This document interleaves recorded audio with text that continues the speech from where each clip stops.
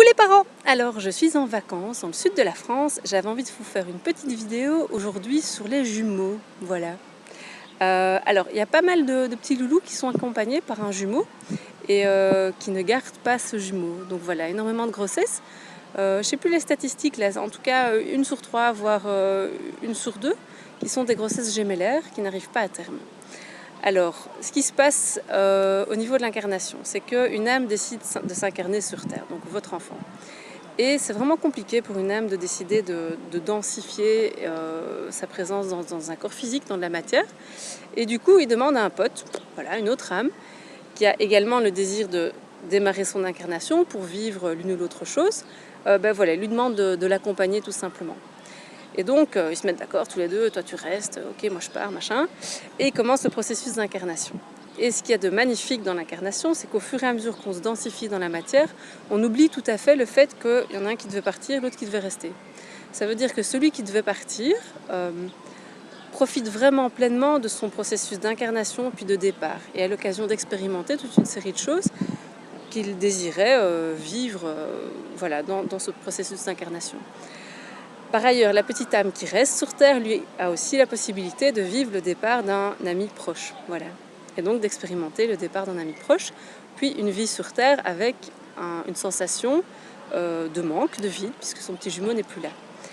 Alors, le positif de l'histoire, c'est que du coup, la petite âme qui a décidé de s'incarner, donc peut-être votre enfant, a eu vraiment un bon pote là, qui a décidé de le soutenir dans son incarnation. Donc c'est déjà un beau cadeau en soi. Et donc il était accompagné pour avoir la force de s'accrocher à la paroi de l'utérus et rester vraiment là, accroché. Et donc éviter une fausse couche. Donc un des rôles des jumeaux, c'est d'éviter des fausses couches et de donner la force au petit bébé qui reste de rester vraiment en lien avec l'utérus. Ça, c'est une des raisons. Un autre cadeau qui est offert par le fait que le jumeau part, c'est que la petite âme, du coup, va avoir l'occasion d'expérimenter la sensation du vide, du manque. Et par là, du coup, se rapprocher un peu plus à sa part profonde, à sa part divine.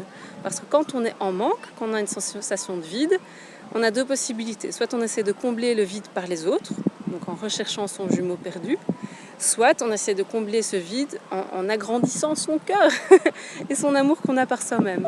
Voilà.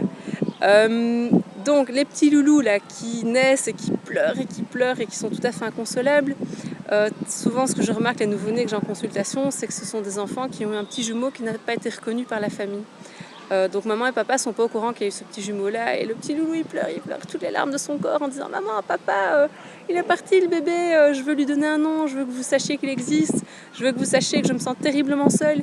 Et puis dès que les mots ont été mis, l'enfant, pouf, ça pèse. Et les parents peuvent vraiment accompagner cet enfant-là en sachant ça, voilà, qu'il était venu accompagner puis qu'il est seul et qu'il va falloir l'aider à combler ce vide par de l'amour simplement pour que lui puisse trouver la force en lui de faire face à tout ça. Voilà. Donc les symptômes pour vous parents des petits loulous comme ça qui ont eu un jumeau, très souvent à la naissance sont des petits bébés qui pleurent beaucoup, voilà, parce qu'ils ont besoin de décharger tout ça. Ce sont des enfants plus grands qui cherchent en permanence leur alter ego, donc ils ne savent pas jouer tout seuls. Ce sont des enfants plus tard ados ou même des adultes qui cherchent en permanence l'âme sœur, donc le partenaire idéal, et qui sont assez exigeants parfois par rapport à la personne qui sera idéale, qui comblera leur manque. C'est vraiment le principe du yin et du yang. Ce qu'il faut bien comprendre, c'est qu'on a ça en nous. On est le principe masculin et féminin en nous. Donc nos petits loulous ont ça en eux. Ça veut dire qu'ils vont avoir la possibilité de travailler dans leur vie le fait de se suffire à eux-mêmes. Voilà, simplement. Voilà. Écoutez, je vous souhaite une bonne journée et à tout bientôt pour la suite des vidéos. Au revoir.